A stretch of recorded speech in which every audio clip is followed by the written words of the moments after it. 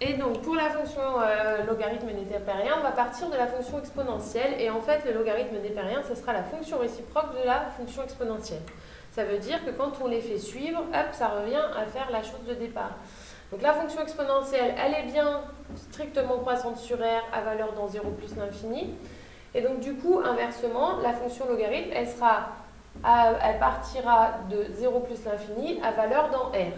Okay, donc elle est définie sur 0 plus l'infini. 0 est une valeur interdite. Pour tout réel y strictement positif, l'équation e de x égale y admet une unique solution appartenant à R. Je vous rappelle, votre fonction exponentielle, elle est comme ça.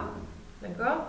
Donc quel que soit le nombre que je prends ici, et bien forcément, j'aurai une unique solution là. Et donc je vais faire sa fonction réciproque.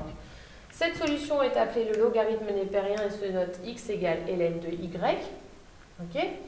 La fonction exponentielle admet donc une fonction réciproque définie sur 0 plus l'infini, je viens de vous le dire. Et donc cette fonction s'appelle logarithme népérien et on note ln, si on prend un x dans 0 plus l'infini, la valeur de réel ln de x, la valeur de ln de x sera dans R. Et donc on va commencer par tracer du coup la courbe de logarithme népérien en fonction de la courbe de fonction exponentielle. Donc ici on a toujours y égale x. Ça c'est y égale e de x. Et donc pour tracer la fonction logarithme népérien, on va faire des petits points, enfin on va faire des petits symétriques. Donc on va commencer par le plus simple. Le plus simple c'est celui-là. 0, e de 0 ça fait 1, et bien on aura que ln de 1 ça vaut 0. Donc ça c'est la première. Ensuite on va prendre celui-là qui est à peu près 1 évidemment. Hop. 1, 2, 3. 3, ok. Et puis on va prendre celui-là à peu près 1. 1, 2, 3, et demi. 1, 2, 3, 4, 5. Jusque là. Ok. Et puis après, on fera les autres points. Pour ceux-là, ils sont plus compliqués. Donc si je fais celui-là, on va faire celui-là. Si je fais le symétrique, à peu près, ouais, ça va être compliqué, mais on va essayer. Vous essayez de faire. Est-ce que j'ai une. Ah ouais. Une petite règle.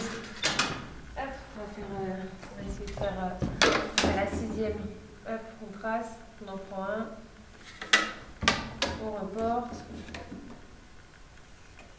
Ok. Donc soit vous reportez avec votre règle, soit vous faites avec votre compas. On trouve à peu près là. Si on fait ce point-là, c'est tout proche. Hein. Hop, on fait perpendiculaire. C'est très moche ce que je suis en train de faire. Mais vous avez l'habitude. 11 à peu près. 11 à peu près. Ok, on va trouver un point là. Donc la fonction logarithme, elle va ressembler. Enfin, la courbe représentative de la fonction logarithme, elle va ressembler à ça. Elle va se rapprocher de l'axe des ordonnées. Hop. Et elle va croître tout doucement. Alors elle va continuer à croître. Hein, c'est comme la racine carrée. Hop. Et puis là, on ne sait pas trop, mais elle continue de croître. Donc ça, c'est y égale logarithme de x. Donc ça, c'est la fonction réciproque de l'exponentielle. Ce que vous pouvez en déduire, alors on va le dire après, mais je pense qu'on va le dire après, avec les fonctions. Déjà, c'est que la fonction logarithme est toujours croissante, ça se voit. Elle est toujours croissante comme la fonction exponentielle.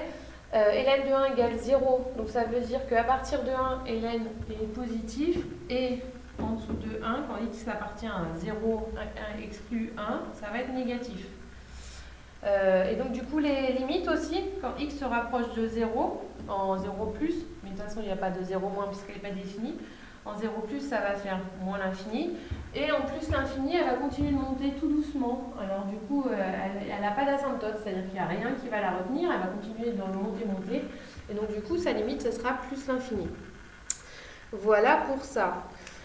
Donc du coup je vous montre la suite sur une autre vidéo de la courbe représentative. Je vous montre les formules qu'on doit connaître au départ sur logarithme.